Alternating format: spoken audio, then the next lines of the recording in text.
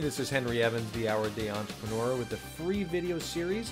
Again, you can get all these free videos if you just visit the website www.houradaybook.com. So let's go ahead and jump into this. This is actually our second video in this series. This is all about secret best practices for entrepreneurs, how to get rich and keep your peace of mind. So let's go ahead and talk about these. So number one here is the idea is to get more done in each day, or more productivity out of each hour. So you can actually end up working less and getting more done. So you have to do this by putting yourself first, having a daily ritual, and just obliterating time wasters. This is going to help you find peace of mind, which really that's what it's all about, and also live guilt-free. So let's go ahead and jump right into the first one here. So secret best practice number one is what I call 15-minute time tracking. Now I've heard different people talk about this, and it is something that I've instructed a lot of people to do, and very, very few have actually taken action on this. But I guarantee you it will be life-changing if you'll just do it for a week. It's a great exercise. All you do is you track all of your awake hours in 15-minute increments and go back at the end of the week. When you do that, you go back and circle, oh, I spent 45 minutes on Facebook here. And over here, I ended up surfing the web looking at iPhone cases for 30 minutes. You're able to circle anything that was time wasting and then find a way to get that either off your schedule via delegation or deleting it. This will show you where you are actually wasting time, and it is a huge eye-opener for most people. So just trust me on this, try it. I guarantee you it will make a huge difference if you actually do it. Secret best practice number two is weekly planning. So I love planning out my week Sunday night or Monday morning. So when you think about your Friday, and it's Friday afternoon, and you look back on your week, what was most important? Well, you need to look back in order to look forward. When you look back on your week and see what you actually got done, and then you'll find out what was actually important. And I recommend setting a maximum of 3 to 5, I call them big rocks or big goals for the week. It can even be one big rock for the week.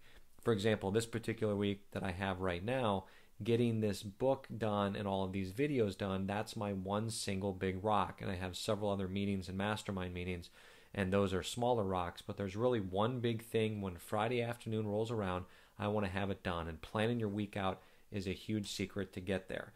Let's talk about the secret best practice number three. This is the power of list. Now, I'm a big believer in list. You can do the list in mind map programs. You can do them in reminder programs or task-based programs. You can do it on Basecamp. I do a lot of lists in there. That's in one of the other free videos that I talk about. But the idea here is that you want to have lists so that things get out of your mind and onto or into a trusted system. So I have lists for every project I'm working on, for action items that I need to be doing, long-term items that I know I need to get done at some point, but I don't want to have to think about them or have them occupying my thoughts. I have a list for each person that works for me, for my assistants, for my website master. Everybody that works for me has a separate list of things that I'm working on with them. And everything is kept all in one place. I really like a program called Evernote, which is a free resource. I use that, and that's a fantastic place to keep these kind of lists. But the power of lists cannot be underestimated. Getting stuff out of your mind and either into a trusted system or onto a piece of paper that you keep with you. So let's go ahead and talk about secret best practice number four, and this is time blocking. This is the biggest secret I've seen of the most productive people and the wealthiest people that I've ever met.